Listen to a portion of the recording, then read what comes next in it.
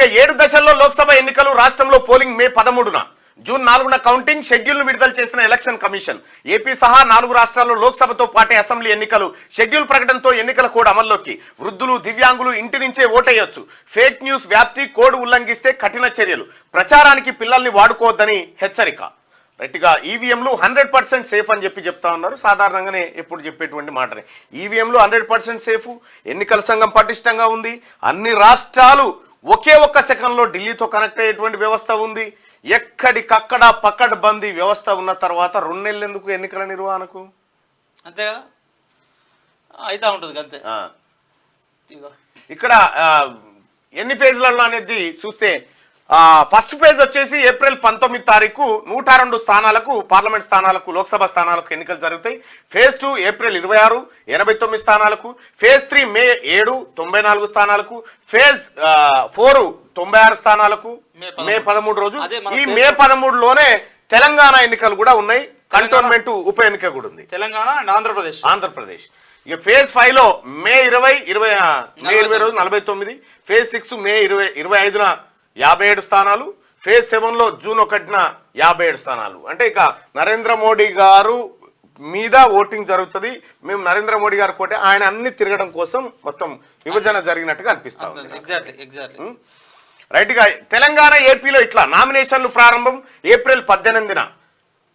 నామినేషన్ల చివరి తేదీ ఏప్రిల్ 25 పోలింగ్ మే 13 ఫలితాలు జూన్ 4న వెలువడబోతా ఉన్నాయి అంటే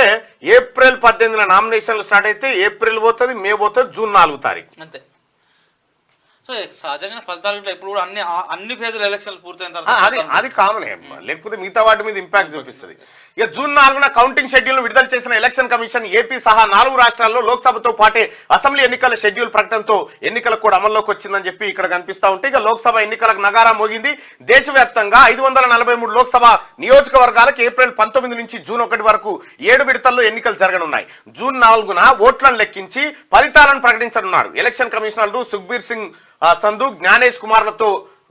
కలిసి శనివారం ఢిల్లీలో chief election commissioner Rajiv Kumar ఈ మేరకు మీడియా సమావేశంలో వివరాలు వెల్లడించారు 4వ విడతలో మే 13న తెలంగాణలో లోక్సభ ఎన్నికలకు పోలింగ్ నిర్వహించనున్నట్టు సీసీ తెలిపారు ఇక ఏపీ ఒడిశా అరుణాచల్ ప్రదేశ్ సిక్కిం రాష్ట్రాల్లో లోక్సభ ఎన్నికలతో పాటు అసెంబ్లీ ఎన్నికలు కూడా నిర్వహించనున్నట్టు ప్రకటించారు లోక్సభ ఎన్నికల షెడ్యూల్ ప్రకటనతో దేశవ్యాప్తంగా ఎన్నికల కోడ్ అమల్లోకి వచ్చింది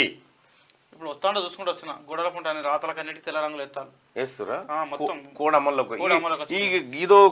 గమ్మత్ ఏంటంటే ఇప్పుడు ఊరి సెంటర్లో ఉన్న ఎన్టీ రామారావు బొమ్మకు ముసుకేస్తారు అవును అది తెరిచినప్పుడు ఎవరు చూడలే ముసుకేస్తే ఇది ఎవరిలో ఉండే ఎన్టీ రామారావు బొమ్మ ఉంటారు అనుకుంటారు ఇదో గమ్మతి దేశంలో మొత్తం ఓటర్లు 97.8 కోట్లు ఏప్రిల్ 14 వరకు ఓటరు నమోదుకు అవకాశం ఎంపీ ఎలక్షన్లతో పాటే కంటోన్మెంట్ అసెంబ్లీ స్థానానికి కూడా ఉప ఎన్నిక నిర్వహించబోతా ఉన్నారు ఏప్రిల్ 14 తారీఖు వరకు 18 సంవత్సరాలు పూర్తి చేసుకున్న వాళ్ళు ఓటరుగా నమోదు చేసుకునే అవకాశాన్ని ఎలక్షన్ కమిషన్ కల్పించింది ఇక 7 విడతలు 44 రోజులు దేశంలో 2వ సుదీర్ఘ ఎన్నికలు షెడ్యూల్ నుంచి కౌంటింగ్ దాకా 82 రోజులు ఫస్ట్ జనరల్ ఎలక్షన్ 4 నెలలు జరిగినాయి 1980లో అత్యల్పంగా 4 రోజుల్లోనే ముగిసిన ఎన్నికలు 80లో 62లో కూడా అంతే 4 నెలలు జరిగినాయి ఫస్ట్ జనరల్ ఎలక్షన్ ఇక 82 రోజులు ఇది షెడ్యూల్ అటు ఇటు 3 నెలలు అంటే అందుకనే ఇది ఫస్ట్ ఇది సెకండ్ అయిపోయింది రెండో సుదీర్ఘ ఎన్నిక అయిపోయింది కదా అంతే నరేంద్ర మోడీకి విస్తృతంగా దేశమంతా పర్యటన చేసుకోవడానికి ప్రచారం చేసుకోవడానికి అవకాశం దొరికినట్టే రెండోది ఒకటి అసలు ఇంటెన్షన్ ఏంది ఎలక్షన్ కమిషన్ది ఇంత వ్యవస్థ ఉండే ఈవీఎంలు ఉండే మన దేశం వెలిగిపోనే బట్టే మనం $1 ట్రిలియన్ ఎకానమీకి వెళ్ళిపోతానే ఉంటుంది ఇక ఏడలోపం ఉండి విడతల వారీగా చేస్తా ఉన్నారు కారణాలేంది అసలు ఎలక్షన్ కమిషన్ అనేది పూర్తిగా కూడా కేంద్ర ప్రభుత్వ చేతుల్లోకి తీసుకున్నప్పుడే వాళ్ళకి అనుకూలంగా వ్యవస్థ పనిచేస్తుంది సింపుల్ అది దాంట్లో ఇంకా అంతకుముందు ఏంటంటే ఎన్నికల కమిషన్ అనేది స్వయం ప్రతిపత్తితో ఉన్నటువంటి సంస్థ ఇప్పుడు ఎట్లయితే మనకు కోర్టులు ఇప్పుడు న్యాయ వ్యవస్థ ఉన్నదో న్యాయ వ్యవస్థకు independent body election commission independent body అనేది కొంత ఉండే కదా